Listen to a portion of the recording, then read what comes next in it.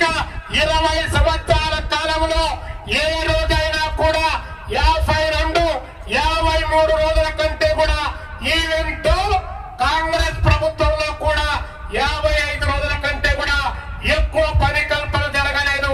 అలాంటిది ఈయన నరేంద్ర మోడీ గారు 125 రోజులు పని కల్పిస్తారని చెప్పి ఆ పని కల్పనకు గతంలో కమ్యూనిస్టులు 62 మంది పార్లమెంటు సభ్యులు ఉన్నప్పుడు 62 మంది పార్లమెంటు సభ్యులుగా లేకుండా ఈ దేశంలో భారత communist party, Bharat state Mazdoor union, అదేవిధంగా యువజన సమాఖ్య అనేక నినాదాలు ఇచ్చింది.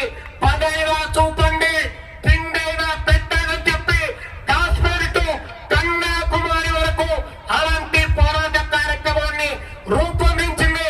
ఆ 30 సంవత్సరాల పోరాట వెలుగులో భాగంగానే 62 మంది కమ్యూనిస్ట్ పార్టీ సభ్యులు పార్లమెంటులో వామపక్షాలు ఉన్నప్పుడు కాంగ్రెస్ పార్టీ వారికి చెప్పి ఈ పథకాన్ని యూపీఏ వల్ల తీసుకొని రావాలని చెప్పి డిమాండ్ చేశాం. ఆ డిమాండ్ ఫలితంగానే ఈ పథకం వచ్చింది తప్ప ఎవరి దయాదక్షిణాలతో రాలేదు. కాబట్టి నరేంద్ర మోడీ గారికి మేము విజ్ఞప్తి చేస్తా ఉన్నాం, విపిజి రామ్జీ పథకం దాని వెనుక ఈ పథకాన్ని ఎత్తివేసేటువంటి కుట్ర ఒకటి ఉంటే ఈ పథకంలో ఈ పథకం పెట్టిన తర్వాత ఇదే రాయలసీమ, ఇదే అనంతపురం గడ్డ, భారతదేశంలో రాజస్థాన్ లో ఉన్నటువంటి జైసల్మార్ జిల్లా తర్వాత అత్యంత వర్షపాతం తక్కువ ఉన్నటువంటి వలసలకు పేరుగాంచినటువంటి ఈ అనంతపురం పక్కన కర్నూలు, ఆ వైపున కడప, మిగతా ప్రాంతాలు ఉత్తరాంధ్రలో వలసలు ఎటు పడితే అటు కేరళకు, బెంగళూరుకి, హైదరాబాద్ కు ఇలాంటి వలసలు పోతున్న క్రమంలో ఈ పథకం వచ్చిన తర్వాత వలసలు ఆగిపోయాయి.